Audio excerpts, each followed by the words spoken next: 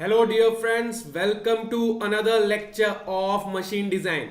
And today we are going to cover the most important topic of machine design from gate point of view. Today we are going to cover design of brakes, which is the most important topic nowadays, because if you see for the past few years there is always one numerical from brakes in gate exam. There is always one numerical, 2 marks numerical. So if you watch this video till the end, then my friend you can score easily those 2 marks. तो अगर आप चाहते हैं कि आपके वो 2 marks जो हैं वो फिक्स हो जाए, तो इस वीडियो को एंड तक देखें, क्योंकि डिजाइन ऑफ ब्रेक से हर साल एटलीस्ट एक क्वेश्चन पिछले कई सालों से आ रहा है. So it is a very important topic my friend.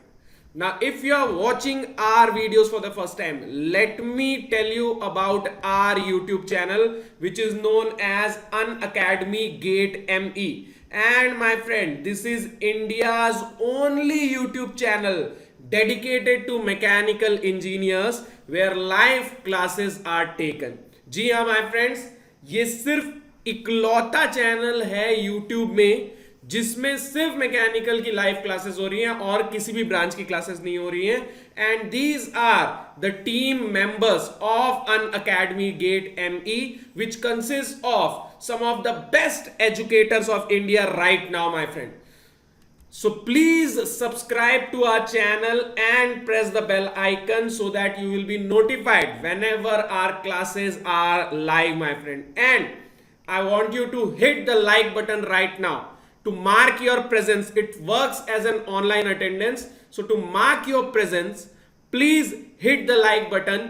And my friend, to cooperate with us, to support us, share the link of this video. Share the link of this video with at least 3 of your friends. Because if you want us to post more and more lectures, we need your support in order to grow.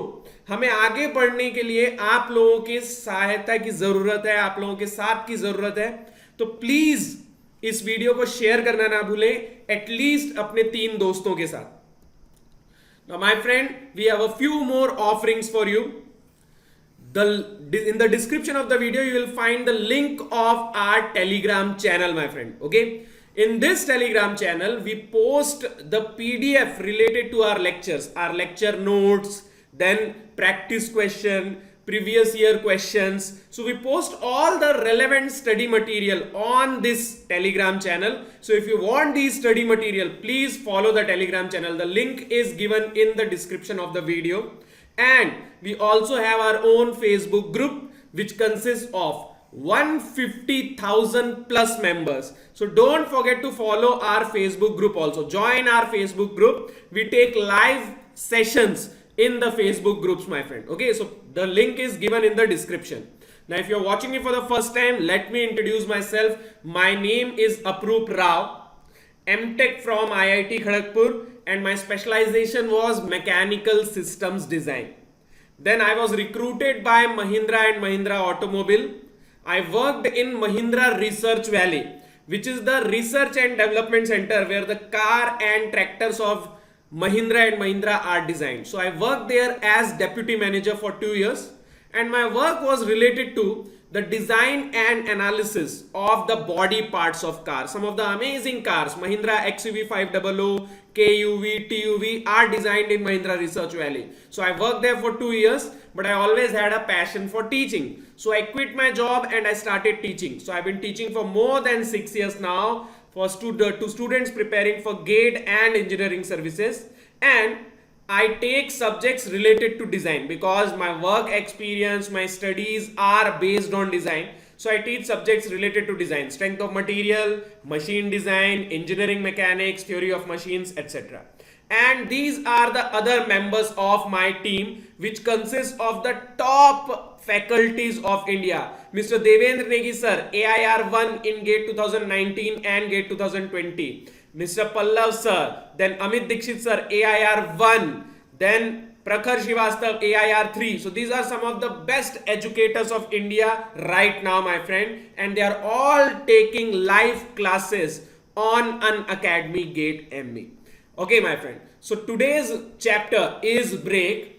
So let's first discuss what is brake and what we are going to study in this chapter, my friend. And from GATE point of view, it is a very important chapter. I told you, if you see previous year questions, recently, in fact, recently, GATE 2018, GATE 2019, GATE 2020, there are questions from brake. So please focus here, my friend. It consists of at least 2 marks in the next year, my friend. Okay. So what is brake?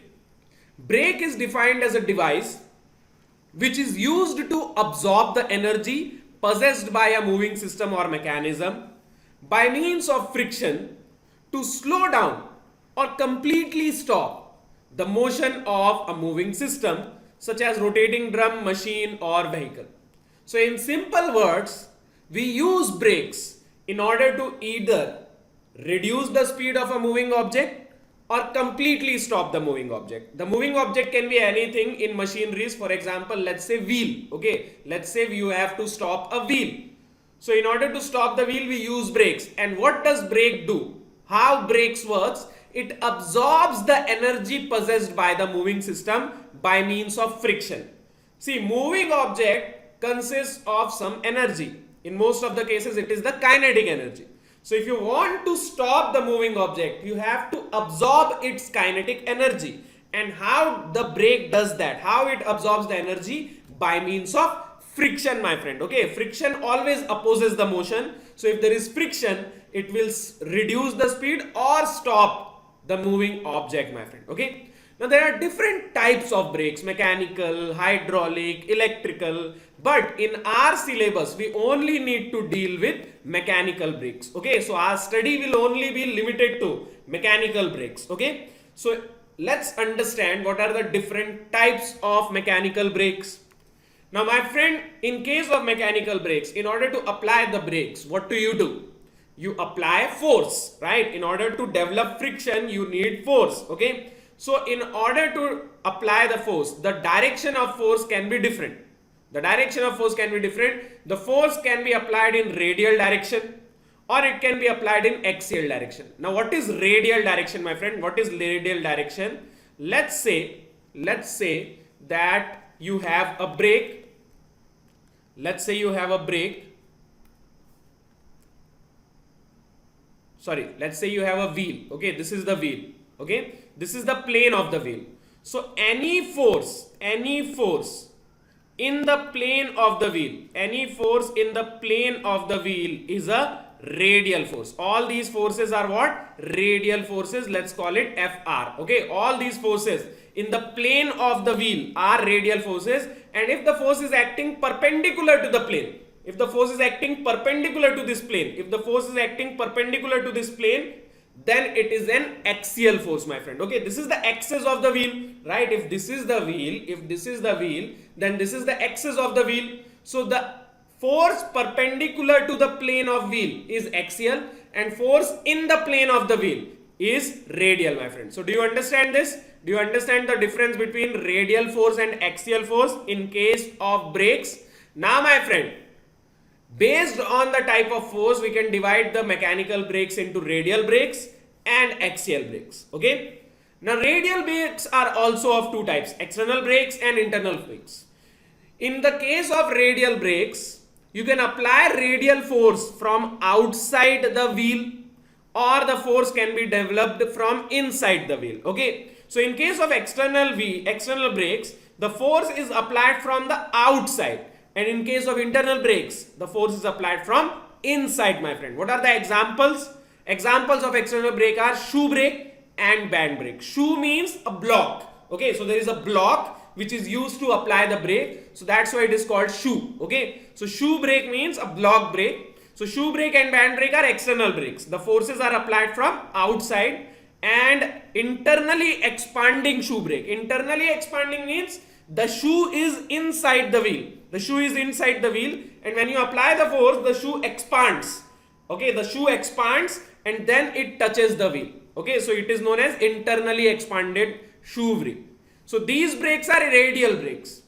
Disc brake is an example of axial brakes. You might have seen disc brake in your bikes or in your cars, my friend. So in case of disc brake, let's say this is the wheel, the force is in axial direction. This is the axis of the wheel, this is the axis of the wheel. So the force is acting in axial direction, my friend. Okay, now my friend, I have prepared some animation for you. So let me show you through the animation how these brakes exactly work. Okay, let me show you through the animation how these brakes exactly work. So you'll first see the shoe brake, my friend. Okay, so look at this, my friend. This is your wheel, okay, and this is your shoe, this is your shoe. The shoe is attached to a lever. Can you see? The shoe is attached to a lever. This is the lever. When you apply force on the lever, the shoe gets attached to the wheel. Right now the shoe is not in contact with the wheel, but when you apply force on this lever, see, the shoe presses the wheel and there is friction developed between the shoe and wheel, which stops the wheel, right? See, wheel is rotating.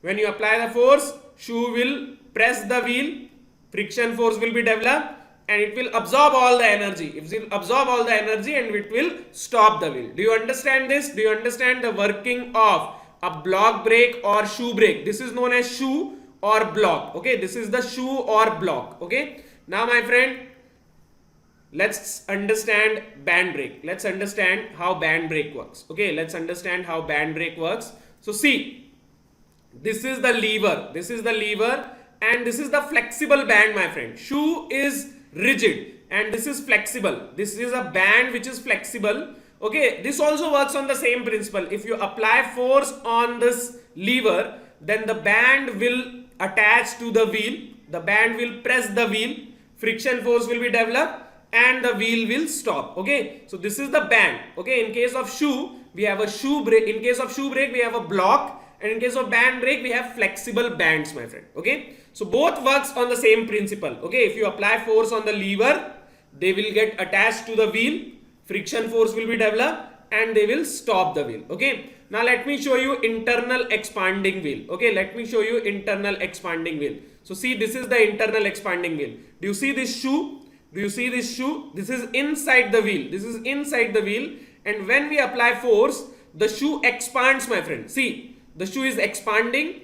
It touches the wheel from inside. It touches the wheel from inside. Shoe brake touches the wheel from outside. Okay, in shoe brake, the shoe touches the wheel from outside. Internal expanding shoe brake, the shoe touches the wheel from inside, my friend. It expands and it touches the wheel from inside, my friend. Okay, both works on the same principle, friction. Okay, now my friend, disc brake. So this is an example of disc brake. Can you see this, my friend? Can you see this? Can you see this object, my friend?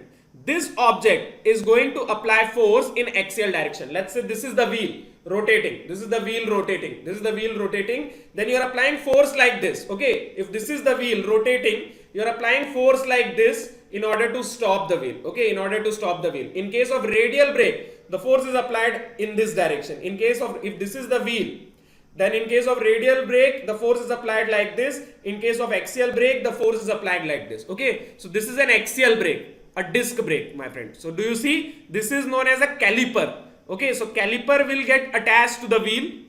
Caliper will get attached to the wheel.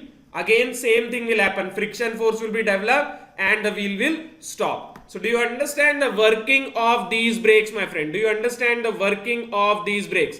Very good, my friend. Very good.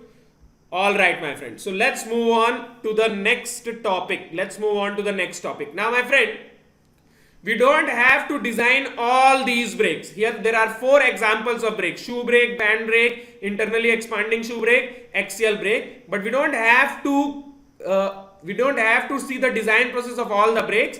In our syllabus, we will only consider these 2 brakes.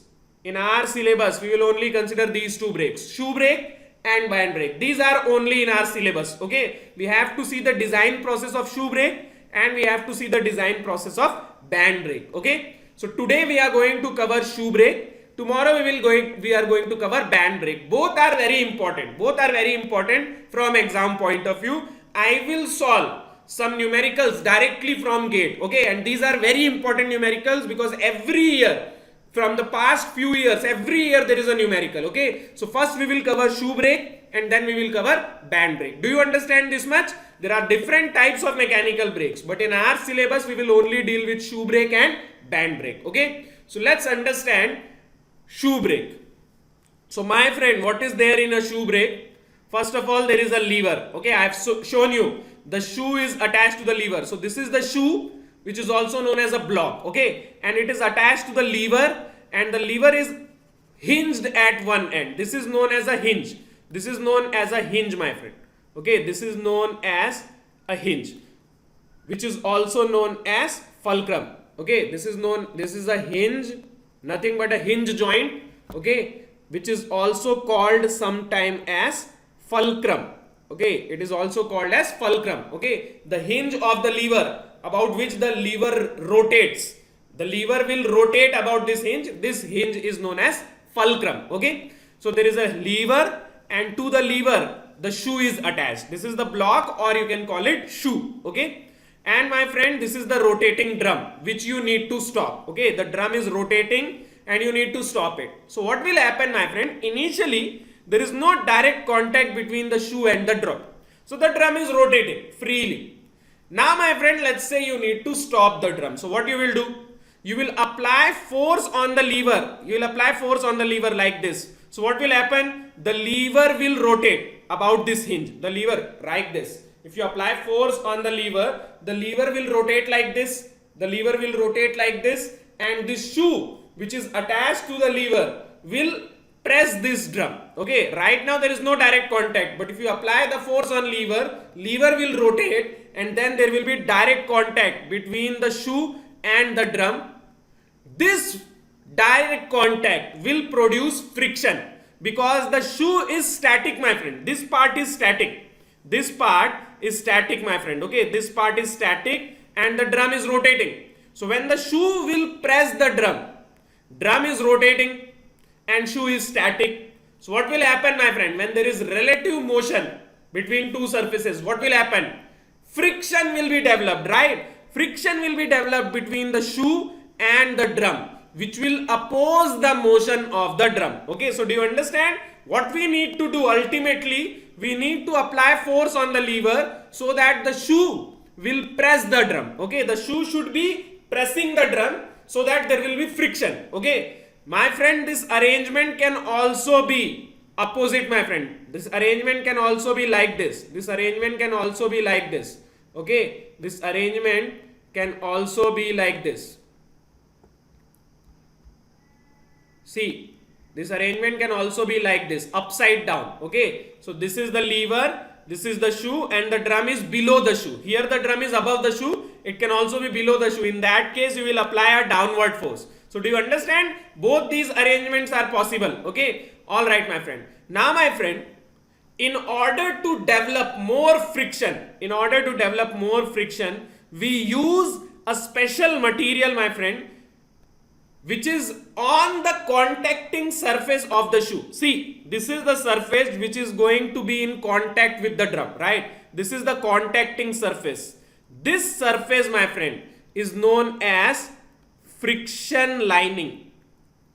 This surface which comes in contact with the drum. Okay, this surface is going to come in contact with the drum. Okay, so this surface is known as friction lining. Okay, and friction lining, my friend, should have some properties, my friend. So what are the requirements of a good friction lining?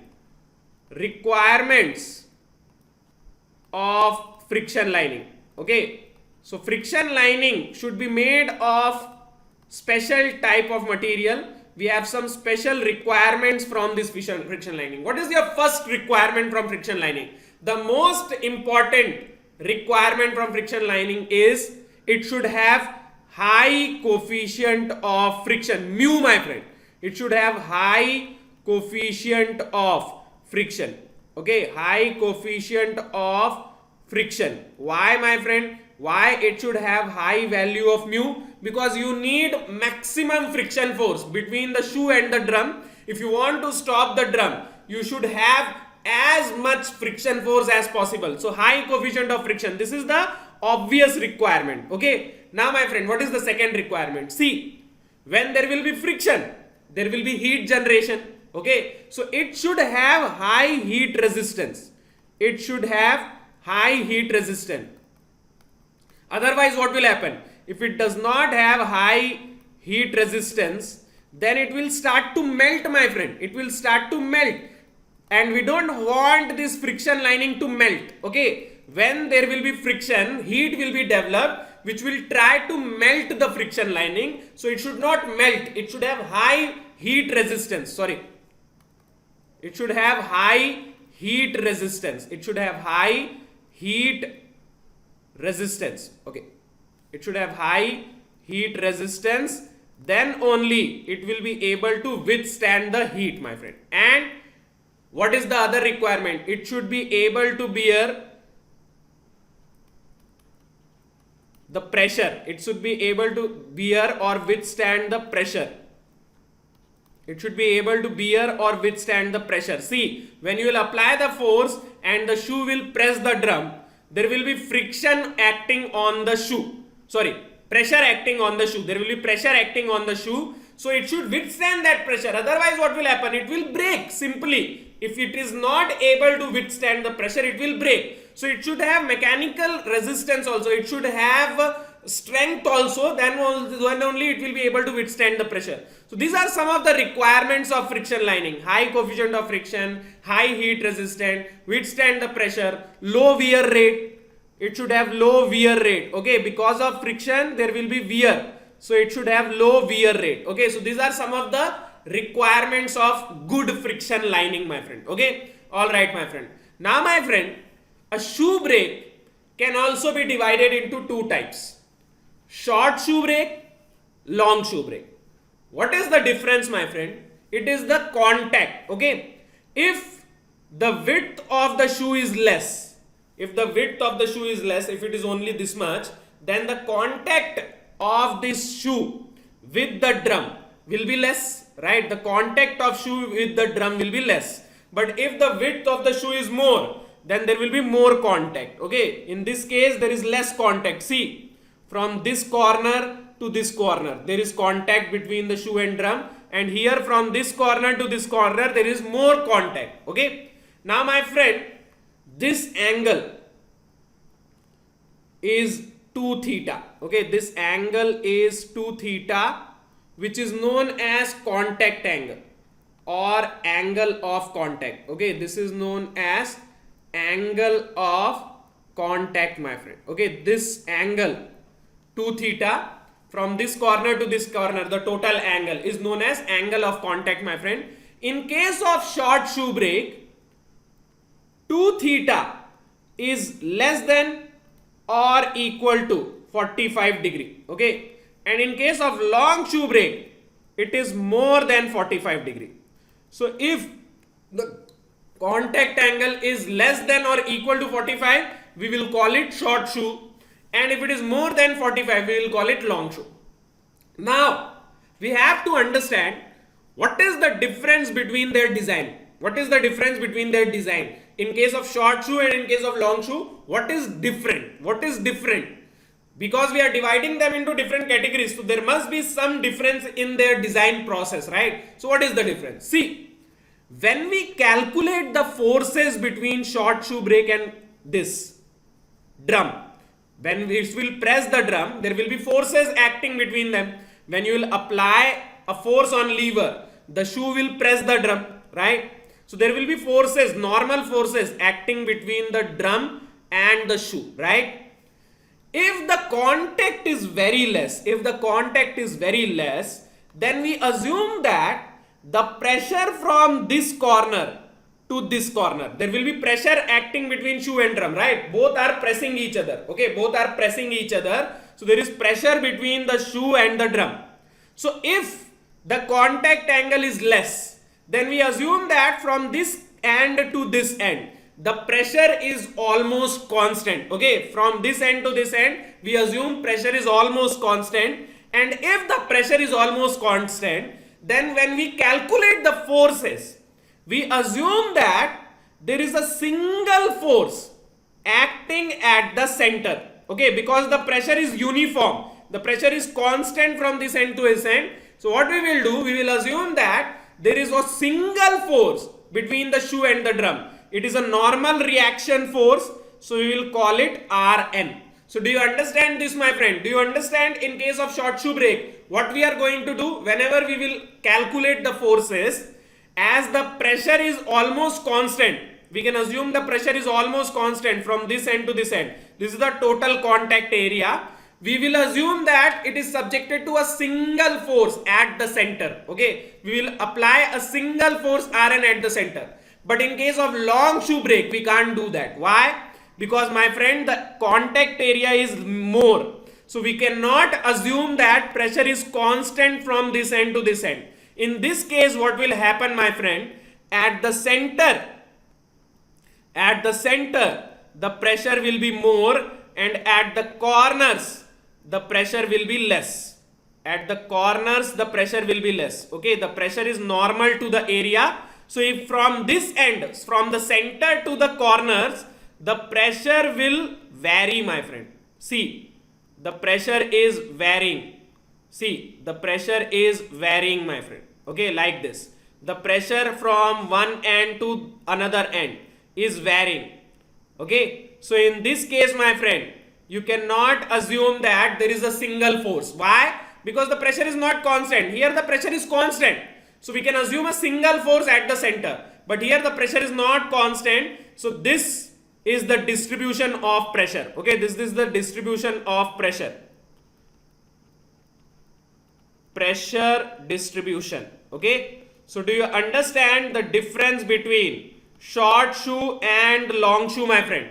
That's why the equation in short shoe brake is different, and in case of long shoe brake is different. Okay, whatever equation you will derive for the forces, it will be different from in short shoe brake and in long shoe brake. Okay, do you understand this much? But my friend, you don't have to worry, because in every exam you will only see short shoe brake. Okay, in every exam you will only see short shoe brake. You will never have a problem on long shoe brake. So do you understand this much, my friend? Difference between short shoe brake and long shoe brake. Okay, my friend. Okay, my friend. Now, my friend, in case of short shoe brake, let's understand how the forces act between the shoe and the drum. Right now, forget about the lever. See, when you will apply force on the lever, there will be force acting on the lever, and then there will be forces between the shoe and the drum. So right now we are not considering the lever, we are only considering the shoe and the drum. Okay, let's assume the drum is rotating clockwise and the shoe is in contact with the drum. Okay, the shoe is pressing the drum. So what will be the forces acting between them, my friend? When the shoe will press the drum, it will apply a normal reaction, right? It will apply a normal reaction, and we are assuming that there is only a single force, okay, acting at the center. Okay, acting at the center. So the shoe will apply a normal reaction on the drum, and the drum will apply equal and opposite normal reaction on the shoe. Okay, there will be equal and opposite forces between shoe and drum. Okay, so if this is applying Rn, then drum will also apply Rn. Do you understand this much, my friend? Do you understand this much? The shoe is pressing the drum, so it is applying normal force on drum, and drum is applying normal force on shoe. Newton's third law, my friend, equal and opposite reaction. Okay, now, my friend, there will be a friction force because the drum is rotating and the shoe is static.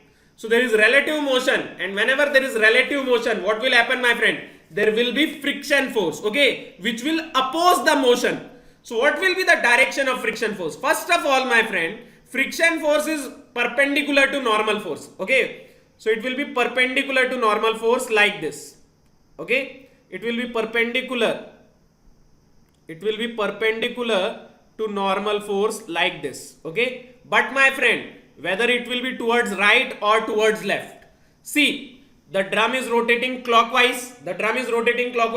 So in order to stop the drum, the force must be anti-clockwise. Friction force must be anti-clockwise. So this will be the direction of the friction force. The friction force is tangential to the drum. See, Rn is normal to the drum and friction force is tangential to the drum. So we will call it Ft, my friend. We will call it Ft. And what will be the maximum value of Ft, my friend? What will be the maximum value of Ft, my friend? Friction force. What will be the maximum value of friction force, my friend? So Ft maximum will be equal to mu into Rn, my friend, where mu is what? Coefficient of friction, my friend. Mu is what? Coefficient of friction. Mu is coefficient of friction. Okay, so this is the maximum friction force. This is the maximum friction force, mu into Rn. Okay, do you understand this much? Do you understand this much? Okay, my friend. Now, my friend, the same friction force will act on the shoe also, but it will be opposite. It will be opposite like this. It will be opposite like this. Okay, so this will also be equal to Ft. Okay, now, my friend, drum is rotating, means some torque must be acting on the drum. If the drum is rotating, means there is a torque acting on the drum which is rotating the drum, right? So if you want to stop the drum, you have to apply an opposite torque. If you want to stop the drum, you have to apply an opposite torque. Right now it is rotating clockwise, so you have to apply anti-clockwise torque. If you want to stop this drum, you have to apply anti-clockwise torque.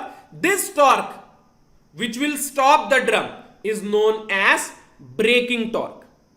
Okay, because this torque is applied for braking purpose, so it is known as braking torque, my friend. Okay, what is braking torque, my friend? It is the torque which is going to stop the drum. It is the torque which is going to stop the drum. Okay, it is anti-clockwise. This drum is rotating clockwise. Braking torque will be anti-clockwise. Now, my friend, will there be any torque due to Rn? Will there be any torque due to Rn? No, my friend. Why? Because Rn is passing through. Rn is passing through the center. Okay, Rn is passing through the center. So there will be no torque due to Rn, my friend. There will be no torque due to Rn because Rn is passing through the center. Rn is passing through the center. Let's call this center C. So Rn is passing through the center. So there will be no moment due to Rn, but there will be moment due to Ft, right? Let's say the distance. Let's say the distance between the center and this is, let's say the distance between the center and circumference is R. This is the radius of the drum. R is the radius of the drum. So what is the distance of Ft from center? What is the distance of Ft from center? R. So what will be the torque, my friend? What will be the moment? Ft will apply a moment which is a torque. So it will be equal to, it will be equal to, my friend, Ft into R. Now put the value of Ft. What is the value of Ft, my friend? Mu Rn. So it will be mu Rn into R. So this is the braking torque, my friend. This is the braking torque. Okay, this is the braking torque.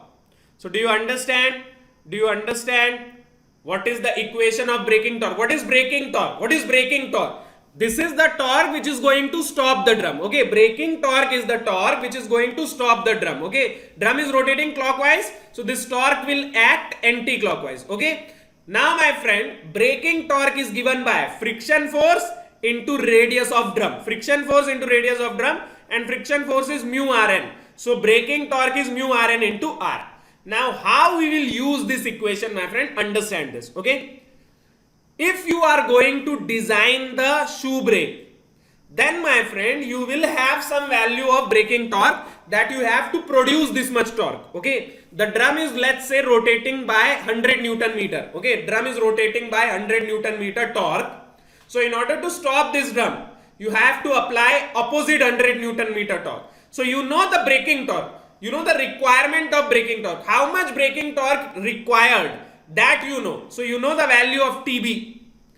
You know the value of mu and R also. Let's say you know the value of mu and R. So from this equation, we calculate Rn. Okay, do you understand this? From this equation, whenever we are designing shoe brake, from this equation, TB is given.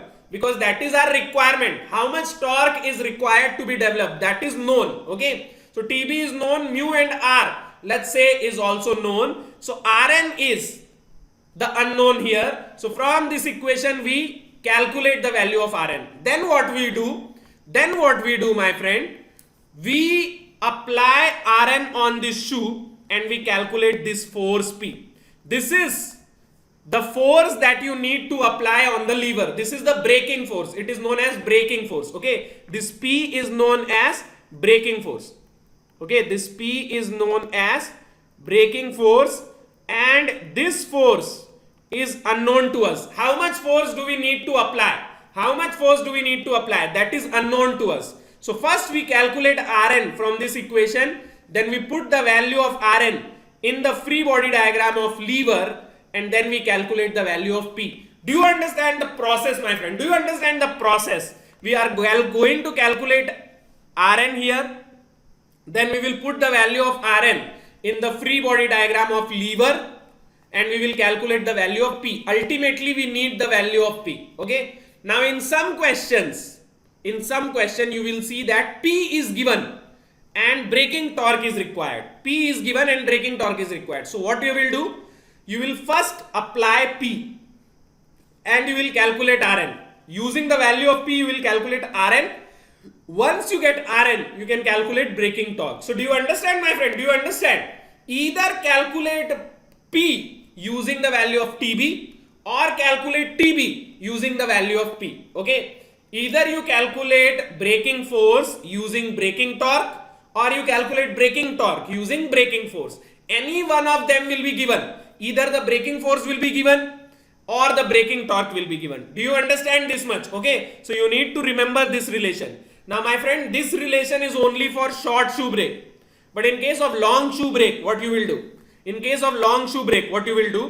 Very simple, my friend. Very simple. In case of long shoe brake, there is a relation that we use. In case of long shoe brake, for long shoe brake, you need to remember this relation, my friend. Mu dash, which is known as effective coefficient of friction, is equal to 4 mu sine theta divided by 2 theta plus sine 2 theta. So what is this, my friend? This is known as effective coefficient of friction. Mu dash is known as effective coefficient of friction. Okay, mu dash is known as effective coefficient of friction. What is this, my friend? In case of long shoe brake, the coefficient of friction is higher, my friend. In case of long shoe brake, the coefficient of friction is higher. Why, my friend? Why coefficient of friction is higher? Because the contact area is more, so there will be more friction. So mu dash is greater than mu. Okay, so what you have to do, if there is long shoe brake, you just replace mu with mu dash. Okay, in case of long shoe brake, just replace mu from mu dash. Okay, so let's say you are calculating braking torque. So for long shoe brake, what you will do? My friend? For long shoe brake, the equation will become this. TB will be equal to mu dash into Rn into R. Okay, TB will be equal to mu dash into Rn into R. Okay, so what you have to do? Just replace mu with mu dash. My friend. Okay, so that's all you have to remember. Okay, just remember the value of mu dash. 4 mu sine theta upon 2 theta plus sine theta. And remember, theta here will be in radians. This theta here will be in radians. Okay, so my friend, what you have to do, you just replace mu. Wherever there is mu, replace it with mu dash. What will be friction force? Mu dash into Rn. In case of long shoe brake, mu dash into Rn. What will be braking torque? Mu dash into Rn into R. That's all you need to do. Okay, just remember this relation. If there is a problem, although there is no problem till now from long shoe brake, but if in future there is a problem on long shoe brake, what you do? Just replace mu dash with जब replace mu with mu dash, just remember this relation, replace mu with mu dash, and wherever you need to use mu, put the value of mu dash there. Okay, so do you understand this much, my friend? Do you understand this much? Okay, my friend. Now, my friend, we have calculated the value of Rn. Let's say we know the value of Tb. We calculated the value of Rn. So we know Rn and we also know Ft, because Ft is nothing but mu Rn. So if we know Rn, we also know Ft. Okay, so we know Rn and Ft. We need to calculate this braking force. This is our objective. We need to calculate braking force. In order to calculate braking force, we will assume three cases, my friend. Understand what are these three cases. Okay, in order to calculate the value of P, we will assume three cases. The first case is when the line of action of friction force passes through the fulcrum of the lever. See, this is Ft, my friend. This is Ft. This is Ft. See, the line of action of the friction force is passing through the fulcrum, my friend. Okay, it is passing through the fulcrum. Look at this, my friend. Friction force is passing through the fulcrum, right? Look at this, my friend. Look at this. Friction force is passing through the fulcrum. It is passing through the fulcrum. Look at this. Ft is passing through the fulcrum. So what will happen in this case, my friend? Ft is passing through the fulcrum. So in this case, my friend, there will be no moment of Ft about the fulcrum. Okay, what is fulcrum? Fulcrum means hinge. Okay, fulcrum means hinge. So there will be no moment of Ft about the hinge. Okay, this is the first case.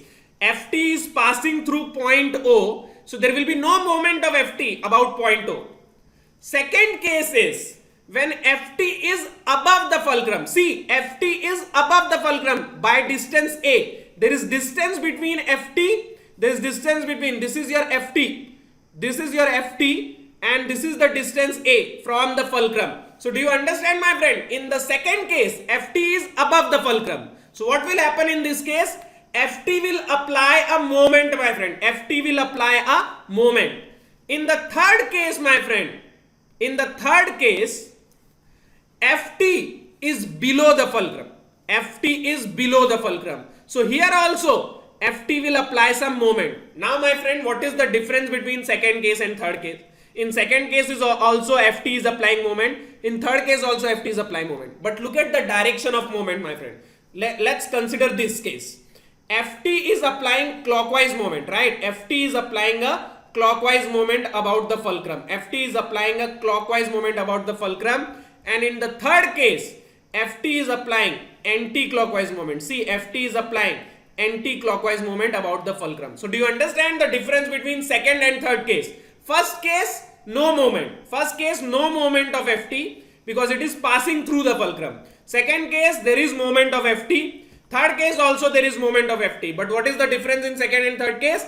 Direction of moment. Okay, direction of moment. So let's calculate the value of P. In all these three cases. Okay, we will calculate the value of P in all three cases. Okay, we'll calculate the value of P in all three cases. So we will start with the first case. When Ft is passing through the fulcrum. Now in this case also, my friend, there are two possibilities. The drum is rotating clockwise, the drum is rotating anti-clockwise, right? So let's consider both the cases. Let's consider clockwise rotation. Now, my friend, understand this. I am only concerned about the forces on the lever. Forget about the forces on the drum. Here, see, if the drum is rotating clockwise, what will be the direction of Rn and Ft on the drum? Rn is downward, Ft is left side. Rn is downward, Ft is towards left. But what is the force on the shoe? Rn is upward, Ft is towards right. Now here I am drawing the force on the shoe because right now I am concerned with forces on the lever. Forget about the forces on the drum.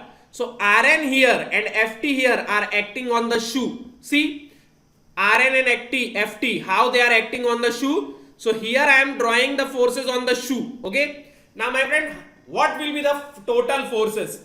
There is one force P acting downward on the lever, because you need to rotate the lever. Okay, you need to rotate the lever, you need to press the shoe on the drum, so you need to rotate the lever. So I am applying a force P downward on the lever.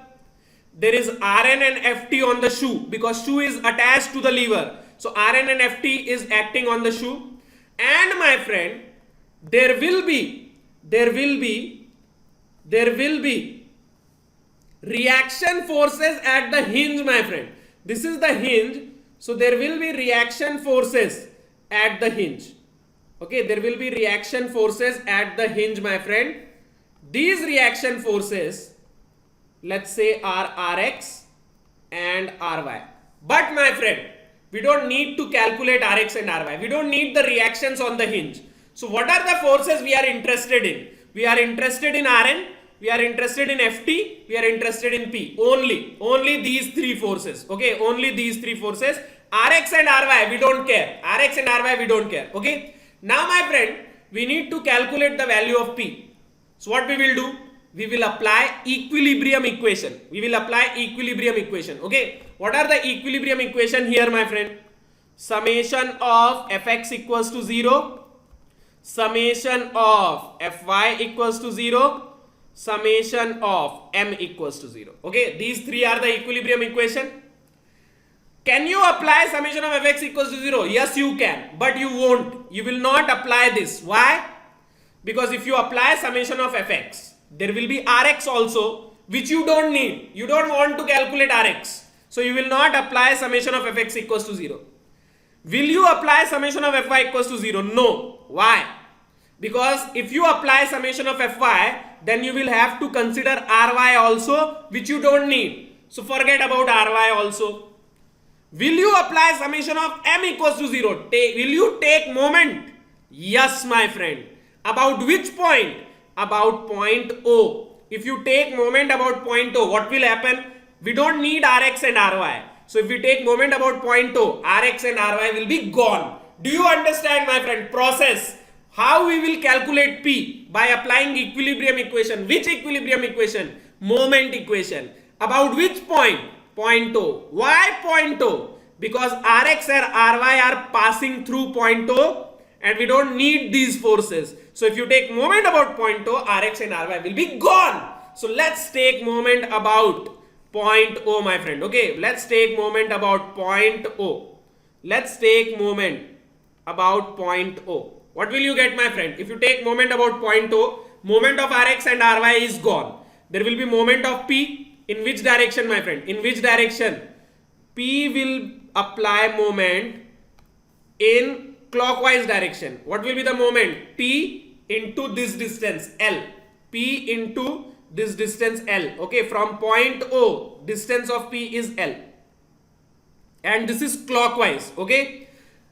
Moment of Ft will be 0 because Ft is passing through point O. This is our first case. Ft is passing through point O. So moment of Ft is 0. What will be moment of Rn? It will be anti-clockwise. Moment of Rn will be anti-clockwise minus Rn into, what is the distance of Rn, my friend? X. We are considering this distance is X equal to 0. So what will be the value of P, my friend? Rn into X divided by L. This is the equation of braking force. This is the equation of braking force, my friend, in the first case. Okay. Now, my friend, the drum can also rotate anti-clockwise. What is the difference between clockwise rotation and anti-clockwise rotation? Everything will be same. Everything will be same. There will be only difference in direction of Ft. Direction of Ft will be opposite in this case. Okay. Here Ft is acting towards right. Here Ft is acting towards left. Again we will take moment about point O. Again we will take moment about point O, my friend. So let's take moment about point O in this case also. What you will get? Direction of P is same. P into L. Direction of Rs is also same. Only direction of Ft is changed, but we don't have Ft in the equation. Why? Because Ft is passing through point O, so no moment of Ft. So here also you will get the same equation, Rn into x divided by L. You are getting the same equation in this case also, my friend. Why? Because here Ft is not applying any moment, so it doesn't matter in which direction Ft is acting. For clockwise rotation, anti-clockwise rotation, your equation of P will be same, my friend. This is the first case, my friend. This is the first case. So my friend, from this equation we will calculate the value of Rn. Let's say I give you Tb. Okay, let's say I give you Tb, that Tb is 100 Newton meter. Let's say I give you mu and R also. So from this equation you will calculate Rn, then you will put the value of Rn here and you will calculate the value of P. Do you understand this much? Do you understand this much? And if you know the value of P, if you know the value of P, then you will put the value of P here and you will calculate Rn, and then you will put Rn here and you will get the value of Tb. So you have to use these two relations. This is the first relation and this is the second relation. Either Tb will be given and P will be calculated, or P will be given and Tb will be calculated. Okay, so you need to remember these two, you need to know these two relations. Okay, first, second. Do you understand this much? Do you understand this much? Very good, my friend. So this was the first case when Ft was passing through point O. Let's consider the second case. Ft is passes above the fulcrum, my friend. Ft is passes above the fulcrum. So in this case, my friend, there will be moment of Ft also. Okay, here also we will do the same thing. Here also we will take moment about point O. Okay, here also we will take moment about point O. Okay, so what will be the moment of P, my friend? It will be clockwise P into L. What will be the moment of Rn, my friend? Anti-clockwise Rn into X. This is the similar case. Okay, this is the same. This much is same. But my friend, in this case, there will be an additional moment due to Ft. Ft is also applying clockwise moment. See, Ft is also applying clockwise moment just like P. So it will be plus Ft into, what is the distance of Ft, my friend, from point O, A, equals to 0, my friend. Okay, so I can write it like this: P into L equals to Rn into X minus Ft into A. What is the value of Ft, my friend? Mu Rn, right? Mu Rn. So minus mu Rn into A. So what will be the value of P, my friend? Let's take Rn common. Let's take Rn common. So can I write it like this? X minus mu A divided by L. This is the equation of P in this second case, my friend. This is the equation of P. Rn into X minus mu A by L. Rn into X minus mu A by L. Okay. And in anti-clockwise rotation, what will happen? In anti-clockwise rotation, if you take moment about O, what you will get? P into L minus Rn into X. Now in this case, my friend, Ft is applying anti-clockwise moment just like Rn. Okay, just like Rn, here also Ft is applying moment about point O in anti-clockwise direction. So here the moment of Ft will be different. Okay, so what will be the value of P here? It will be similar equation, but this time it will become X plus mu A divided by L. Okay, now understand this, my friend, understand this. What is the difference between the first case and second case? In first case, both clockwise anti-clockwise rotation, P is same, Rn into X by L, but here clockwise and anti-clockwise, P value is different. Okay, in this case, my friend, if you see, in this case, P value is decreasing, my friend. P value is decreasing. In this case, P value is decreasing, my friend. It decreasing. Compare this P value with this case, Rn into X by L, and here it is Rn into X minus mu A by L. Rn into X by L and Rn into X minus mu A by L. Which one will be less? This one will be less, right? But in this case, P value is increasing. because it is Rn into x plus mu a by L. Here it is Rn into x by L and here it is Rn into x plus mu a by L. So here P is increasing. So forget about this case. But this case is a special case, my friend. Why it is special? Why it is special? Because in this case, the value of P is decreasing. Here it is Rn into x by L and here it is Rn into x minus mu a by L. This is a special case. This type of break where P value is decreasing is known as self-energizing break. This type of break is known as self-energizing break, my friend. Okay, understand this, my friend. Understand what is self-energizing break. Understand what is self-energizing break. Understand what is self-energizing break. Okay, this is a very important theory question, my friend. Very important theory question. What is self-energizing break? Okay, what is self-energizing break? So my friend, self-energizing break is a break where the braking force is reduced. Why? Why braking force is reduced? Let's understand it conceptually. Let's understand it conceptually. Okay, see, ultimately you need to press the shoe against the drum. Okay, ultimately in order to develop friction you need to press the shoe, and in order to press the shoe we are applying force on the lever so that the lever will rotate. Okay, right now the lever is like this. We are applying force on the lever so that the lever will rotate. So we need to rotate the lever. We need to ultimately rotate the lever. Do you understand this much? In order to produce friction we need to rotate the lever, right? How will you rotate the lever? You will apply moment about the hinge, right? In order to rotate the lever, this is the hinge, so you have to apply moment about the hinge.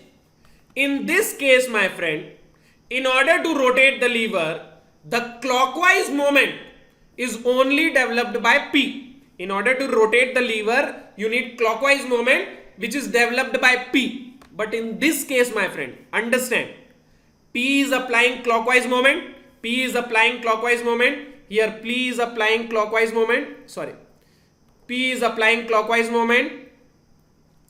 Ft is also applying clockwise moment. Ft is also applying clockwise moment. So both these are applying clockwise moment, means Ft is also helping. Ft is also helping in applying the brakes.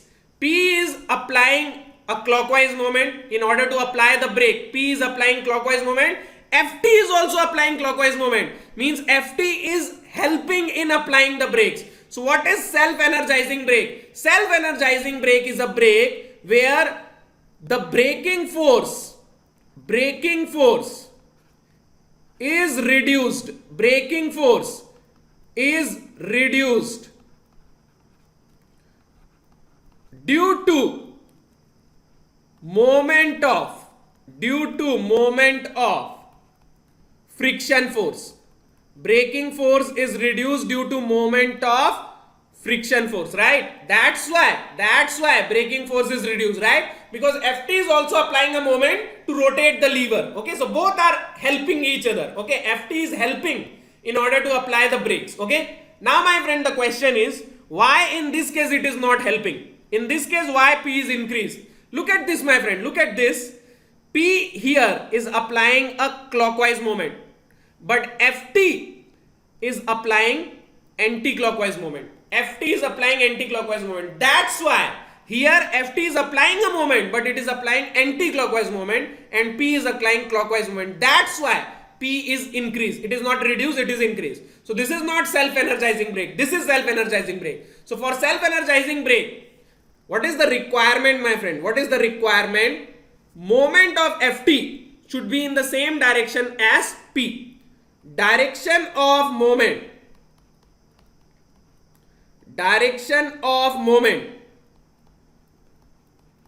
of Ft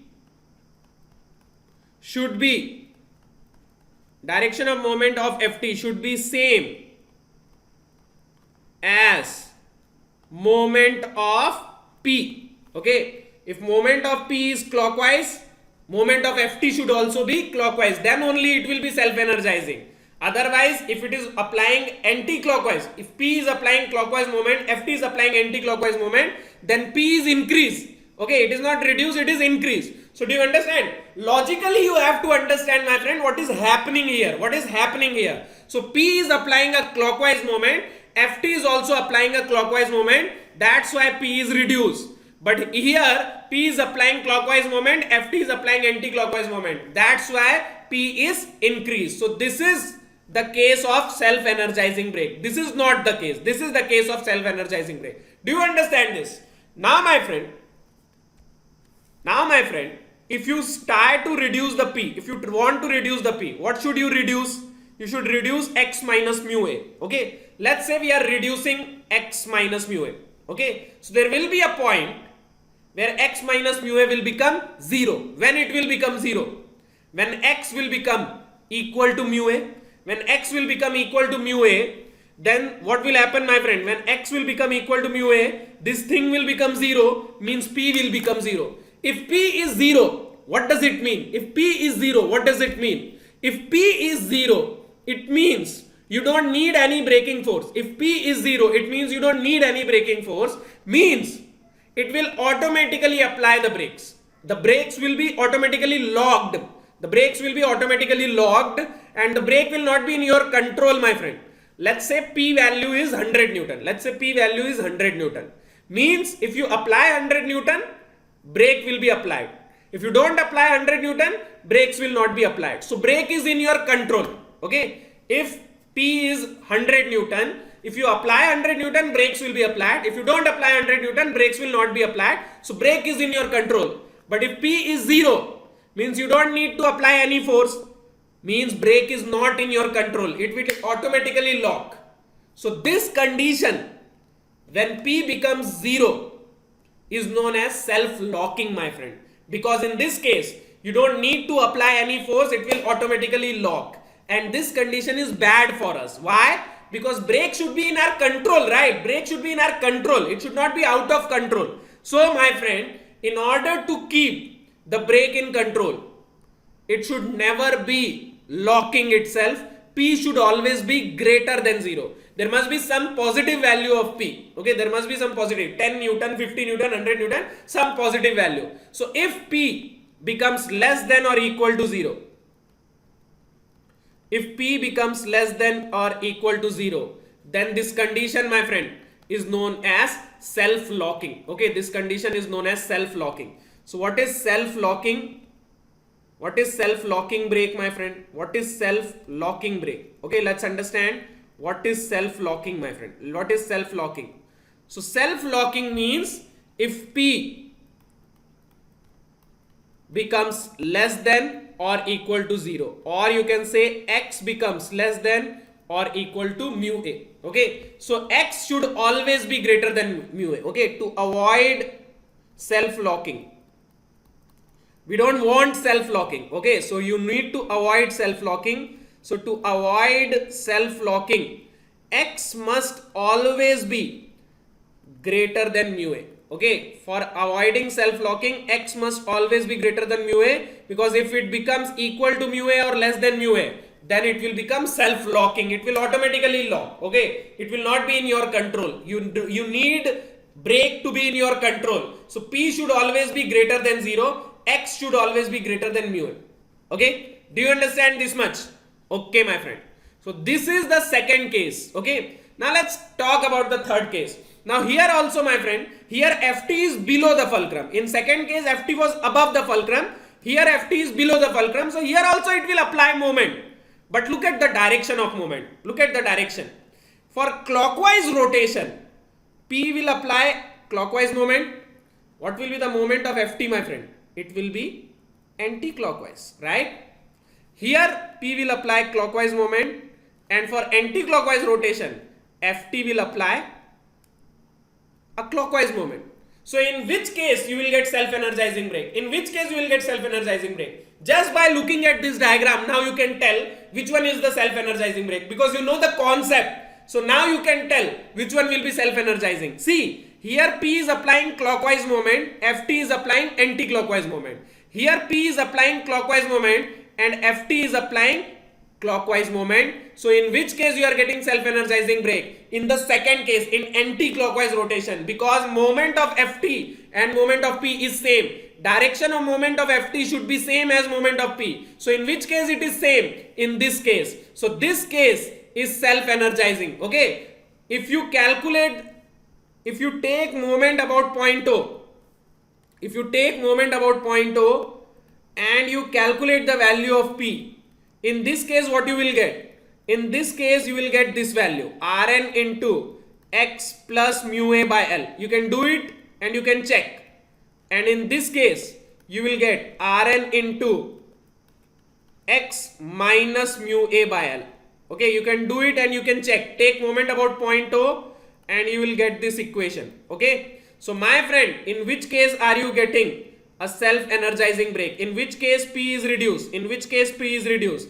In the second case, for anti-clockwise rotation. For anti-clockwise rotation, P is reduced. In this case, P is reduced. So this case is your self-energizing case. Do you understand this much, my friend? Do you understand? So can you tell in which case you are getting self-energizing or not just by looking at the diagram? Yes, you can. You just have to see whether the moment of Ft and moment of P are in the same direction or not. Okay, are in the same direction or not. Okay, just compare that and then you will get whether it is self-energizing or not. If Ft is passing through fulcrum, then it will never be self-energizing. But if it is above or below the fulcrum, then it can be self-energizing. And how will you know for clockwise or anti-clockwise which rotation it is self-energizing? Just compare the moment of P and moment of Ft. If they are in same direction, self-energizing. Not in same direction, no self-energizing. Okay? Alright, my friend. Now, let's solve some numericals based on these cases, because the numericals of brakes is very important, my friend. You will see that every year from GATE, you are getting numerical from brakes. Okay, and every year in GATE 2017, 18, 19, every year there is a numerical from design of brakes. Okay, so let's solve the numericals. Okay, let's solve the numerical. Let's see the first numerical, my friend. What is the first numerical? The block brake shown in figure provides a braking torque of 360 Newton meter. Okay, braking torque is given 360. Diameter of drum is 300 mm. Coefficient of friction is 0.3. Okay, so what are the values given? Let's write it down. Okay, so TB is given. TB is given how much? 360 Newton meter. Okay, I told you either TB will be given or P will be given. So here TB is given and you need to calculate P. Okay, TB is given and you need to calculate P. Okay, what is diameter of drum is given? So diameter is 300. So what will be radius of drum? It will be 150. Okay, and coefficient of friction is given. Mu is 0.3. Okay, what else? Distances are given and you need to calculate the force for clockwise and anti-clockwise rotation of the drum. Okay, you need to calculate for both rotation, clockwise as well as anti-clockwise. Okay, now my friend, let's first calculate the value of Rn. Okay, first step, what will be the first step? We will calculate the value of Rn, my friend. Okay, in order to find the value of P, what do you need? Look at these equations. Look at these equations. You need the value of Rn, right? You need the value of Rn. So let's calculate Rn. Now, how will you calculate Rn? Using this relation. You have this relation, my friend. TB equals to, here you have to assume it is a short shoe brake. Okay, unless it is mentioned, we will assume it is a short shoe brake. So TB will be equals to mu into Rn into R. If it is a long shoe brake, what will be the difference? Instead of mu, you will use mu dash. Okay, now put the values here, my friend. 360 Newton meter equals to mu is 0.3 into Rn. What is the Rn? Rn is unknown into R. What is R? 150 mm. Convert it into meter because you are putting TB in meter. So convert this into meter. So 0.15. So from here you will get the value of Rn. From here you will get the value of Rn, my friend. What will be the value of Rn? What will be the value of Rn? How much will be Rn, my friend? Calculate it. Calculate it. Calculate it, my friend. How much will be Rn? 360 divided by 0.3 into 0.15. So it is 8,000 Newton. Rn is 8,000 Newton, my friend. Okay, Rn value we have calculated 8,000 Newton. Okay, now my friend, ultimately we need to calculate the value of P. Okay, this is our unknown. Okay, this is our unknown. We need to calculate the value of P, right? So how will we calculate it? By applying equilibrium equation. My friend, you don't need to remember these equations. Okay, you don't need to remember. I just explained this in order to understand the concept of self-energizing, self-locking, but you don't need these equation. You don't need to remember this equation. Just take moment about point O. Okay, so for clockwise rotation, for clockwise rotation, for clockwise rotation, for clockwise rotation, take moment about point O. Take moment about point O. Okay. What will be the direction of Rn? This is the direction of Rn. What will be the direction of Ft, my friend? What will be the direction of Ft? For drum, for clockwise rotation, for clockwise rotation, for clockwise rotation, for drum Ft will be towards left and for shoe Ft will be towards right. Like this. Okay. For clockwise rotation, it will be like this. Okay. This will be Ft. For clockwise rotation, this will be Ft. Now my friend, what will be the distance between Ft and O? What will be the distance between Ft and point O? What will be this distance? What will be this distance, my friend? What will be this distance? See, from here to, from center to O, 100, and from center to Ft, what will be the distance? 150, right? Radius 150 from center to O, 100, and from center to Ft, 150. So from Ft to O, the distance will be 50 mm, my friend. The distance will be 50. This distance will be 50, my friend. Okay. Now, my friend, you have all the distances. So take moment about point O. What will you get, my friend? Moment of P will be P into 600 plus 200, 800. Okay. And it will be clockwise. Okay. Moment of P will be clockwise. Moment of Ft will also be clockwise. Okay. So plus Ft into how much the distance is? 50 minus Rn. Rn moment is anti-clockwise. And what will be the distance of Rn? 200 equal to 0. Now put the values in the equation, my friend. Put the values in the equation. So it will become P into 800 plus, what is the value of Ft, my friend? Ft will be mu into Rn. What is mu? 0.3. What is Rn? 8,000. Okay. So this is Ft, mu into Rn into 50 minus Rn is 8,000 into 200 equals to 0. So what will be the value of P, my friend? Calculate it. Calculate it, my friend. Calculate it. What will be the value of P, my friend? So it will be 8,000 into 200 minus 8,000 into 0.3 into 50 divided by 800. So it will be 1850 Newton. 1850 Newton. This is the value of P for clockwise rotation. This is the value of P for clockwise rotation. Now my friend, for anti-clockwise rotation, for anti-clockwise rotation, what will be the change, my friend? If you take moment about point O, what will be the change?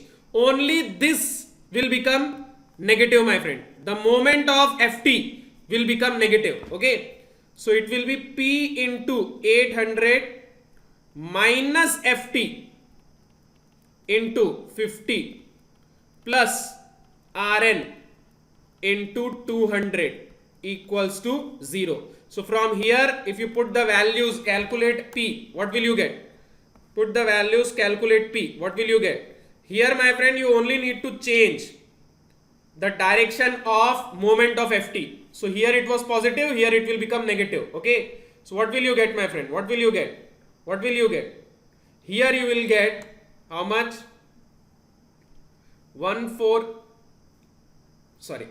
sorry, here how much are you getting?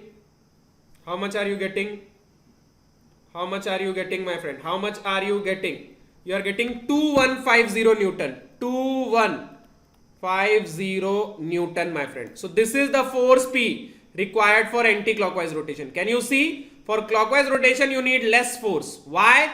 Because this is the case of self-energizing. For clockwise rotation it is self-energizing, but for anti-clockwise it is not self-energizing. That's why the force is more. So do you understand this, my friend? In this question TB is given and we need to calculate value of P. But in some question P will be given and you will need to calculate the value of TB, my friend. Okay, P will be given and you will need the value of TB. So do you understand this question, my friend? Very important question, my friend. Okay, now let's calculate that. Now let's consider the next question, which is directly from GATE, and it is from GATE 2019, my friend. Very important, GATE 2019. Okay, so here we have a short shoe brake. Okay, diameter of brake is given, brake drum is given, all the dimensions are given, mu is given. Here, my friend, force is given. Force is 100 Newton and you need to calculate braking torque.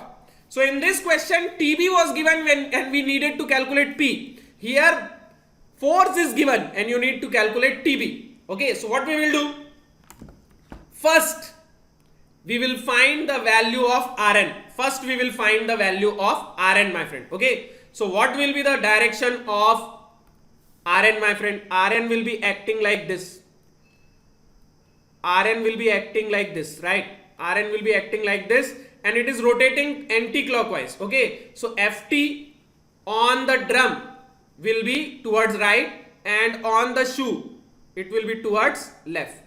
So this will be the direction of Ft, my friend. Okay, this will be the direction of Ft. So this is Rn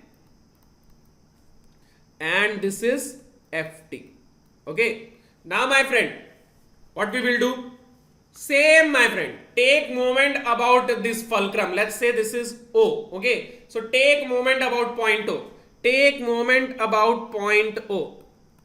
Take moment about point O. If you take moment about point O, what you will get, my friend? What you will get? This F is how much? 100 Newton. Okay, F is 100 Newton. So take moment about point O, it will be 100 and this moment will be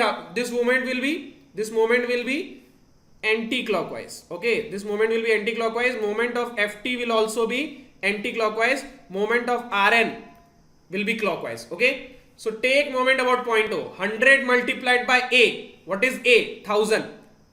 100 multiplied by 1000 plus Ft multiplied by, what is the distance of Ft from point O? This C, which is 200, minus Rn into, what is the distance of Rn from point O? B, which is 500, equals to 0. Now put the values here. Put the value of Ft, my friend. So it will become 100 into 1000 plus Ft will be mu into Rn and mu is 0.35. So 0.35 into Rn into 200 minus Rn into 500 equals to 0. So from here, my friend, you will get the value of Rn. From here, find the value of Rn. Find the value of Rn, my friend. Tell me what will be the value of Rn. So this will be 100 into 1000 divided by 500 minus 0.35 into 200. So Rn will be equal to how much, my friend? Rn you are getting 232.56. 232.56 Newton. Okay, so this much are you getting? This much are you getting, my friend? This much are you getting? This much are you getting, my friend? So this is 232.56 Newton. This is the value of Rn. Now once you get the value of Rn, you can easily calculate. You can easily calculate the value of TB. You can easily calculate the value of TB. What is the relation between TB and Rn? We know the relation, my friend. And here also we will assume, here also it is given short shoe brake. So for short shoe brake, what is the relation? TB will be equal to mu into Rn into R. If it is a long shoe brake, just replace mu with mu dash. So what will be TB, my friend? Mu is how much? 0.35. Rn is 232.56 and R, radius of braking drum, diameter is 500, radius will be 250, put it in meter, so 0.25. So what will be the value of TB, my friend? What will be the value of TB, my friend? What will be the value of TB? It will be 20.35. 20.35 Newton meter. 20.35 Newton meter. 20.35 Newton meter. So this will be the value of TB. GATE 2019, 2 marks, my friend. GATE 2019, 2 marks. Do you understand, my friend? Do you understand this much? Do you understand this much? Very good, my friend. Very good. Now, my friend, another question from GATE 2019. Can you see how important design of brake is? In the same year, there was 2 questions in set 1, in set 2. In both the sets, there were questions from brake. So it is a very important topic, my friend. Okay. Now here, my friend, TB is given and the force is also given, but one of the dimension is unknown. One of the dimension is unknown. Okay. So what we will do, my friend, in this case, what we will do? Let's first draw the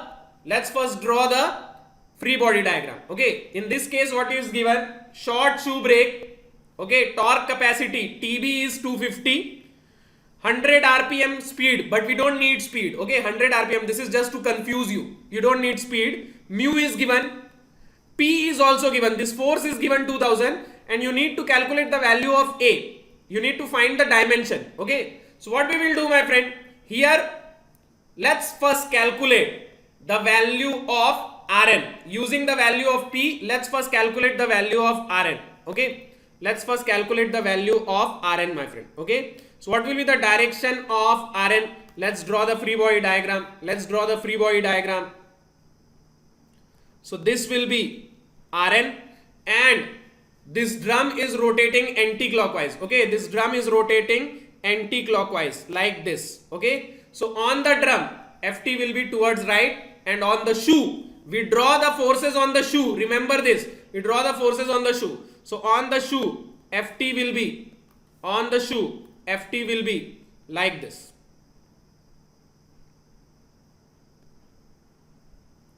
Like this. Okay. So this is Rn and this is Ft. Okay. Now, my friend, first I will take moment. Okay. First I will take moment about the hinge.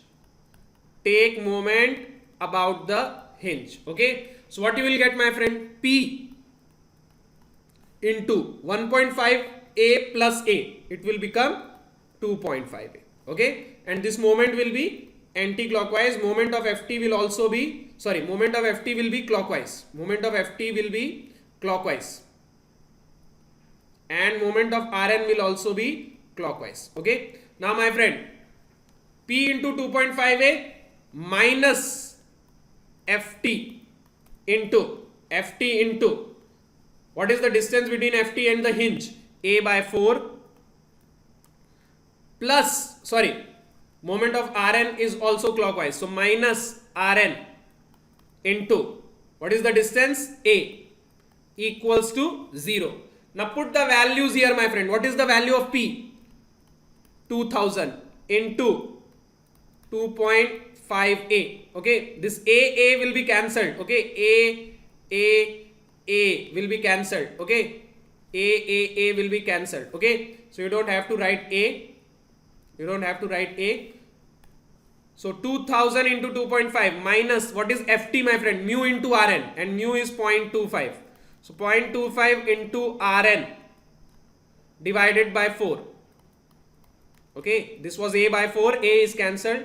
Minus Rn equals to 0. So from here you will get the value of Rn, my friend. From here you will get the value of Rn. Can you calculate the value of Rn, my friend? Can you calculate the value of Rn? So if you calculate the value of Rn from this equation, what you will get, my friend? From this equation, what you will get? You will get Rn equals to 4705.0 0.88 Newton, 4705.88 Newton. Okay, this is the value of Rn. Okay, now my friend, what will be the relation between Rn and Tb? Tb, and this is also a short shoe brake. Okay, it is given in the question. So Tb will be equals to mu into Rn into R. Put the values here, my friend. What is Tb? Tb is 250 Newton meter. What is mu? Mu is 0.25. What is Rn? 4705.88. And what is R, my friend? R is A. R is given in terms of A. So from here, you will directly get the value of A, my friend. What is the value of A? If you calculate it, you will get this. 0.2125 meter. 0.2125 meter, or you can write 212.5 mm. In mm, 212.5 mm. So this is the value of A, my friend. This is the value of A. So in every question, you just need to remember this one relation, my friend, Tb and Rn. Okay, and this relation, my friend, you can easily find by taking moment about the hint. So you don't have to remember these relations. Okay, you don't have to remember this relation. Just remember this relation. Okay, just remember this relation. Okay, Tb and Rn.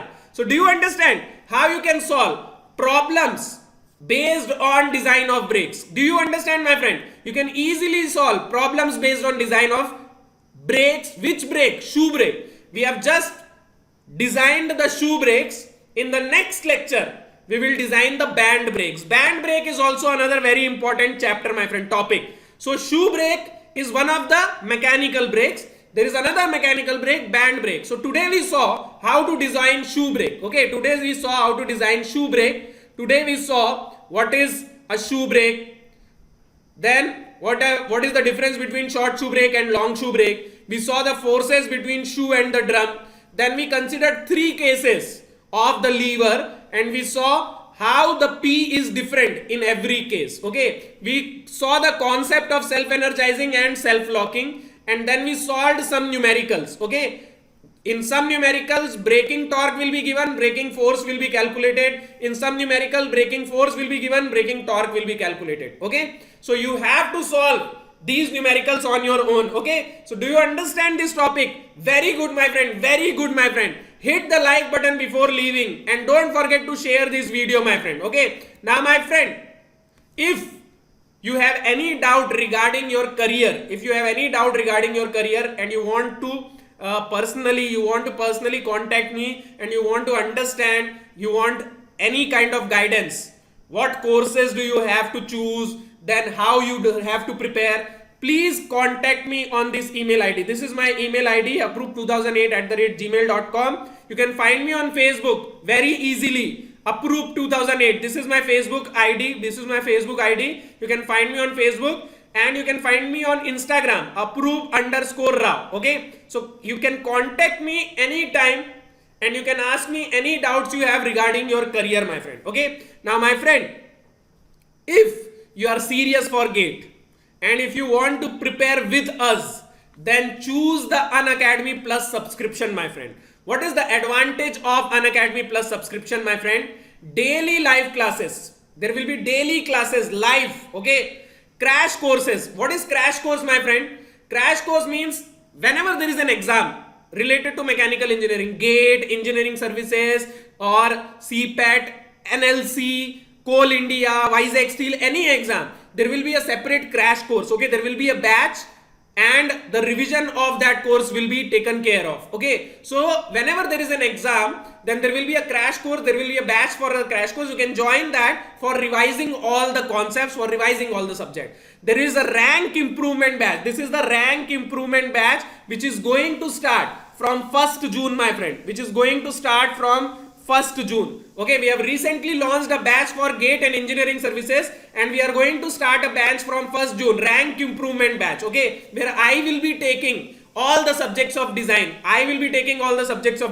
So join this. Okay, if you want to join the rank improvement batch, there will be lots of questions to practice, quality questions to practice. Okay, so you can join this batch. Okay, and the courses will be in English as well as in Hindi. All these live classes, they are both in English as well as in Hindi. So there will be no language barrier. There will be doubt clearing session. Every fourth session is a doubt clearing session. 25% of class is dedicated to your doubts, my friend.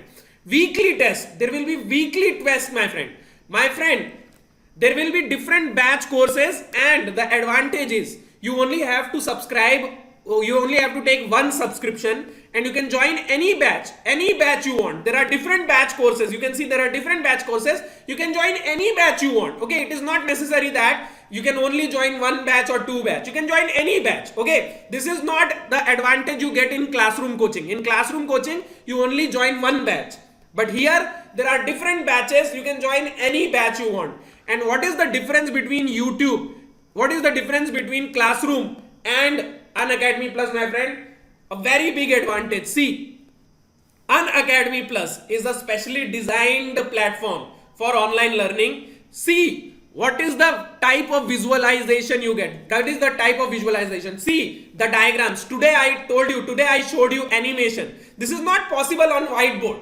Okay, these type of diagrams, they are not possible on whiteboard. So online learning can be very advantageous. You can learn by visualization, my friend. Okay, mechanical engineering is all about visualization. You have to visualize how the brakes will work, how the clutch will work. So that visualization is possible in Unacademy Plus. Okay, and my friend, some of you ask me what is the difference between YouTube class and Unacademy class. Can we not prepare just by YouTube class? My friend, you can prepare by using YouTube class, but it will take a lot of hard work. It will be just like self-study.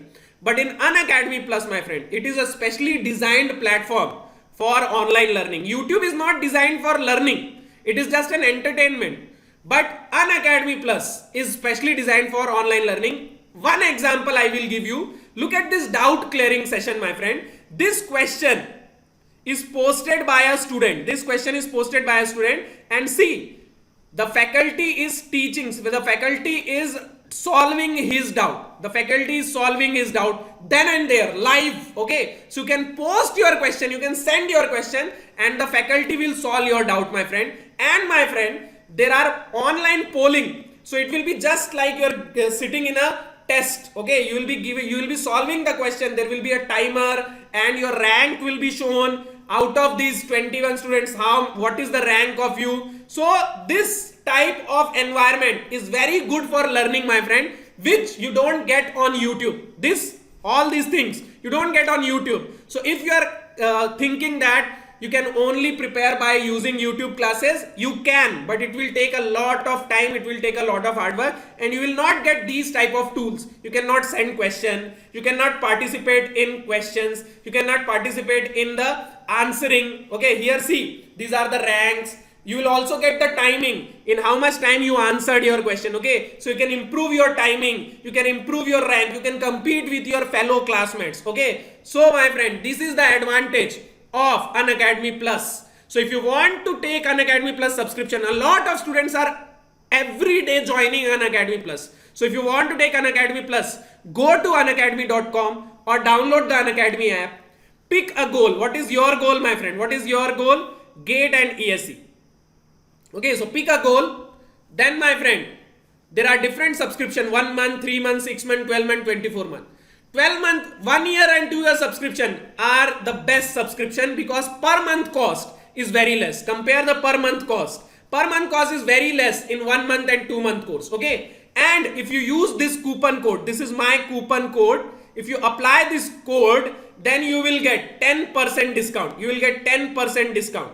Okay, you will get 10% off. So see, you don't have to pay a lot. 22,500 per month, my friend, per month. After the 10% off discount, this will only cost you 1,800 rupees, and this will only cost you around 1,200 rupees. So can you imagine, my friend? Can you imagine the price, my friend? Per month, you will only have to pay 1,800 or 1,200 rupees, and you can learn from the best faculties of India, top faculties of India, and you can join any batch you want.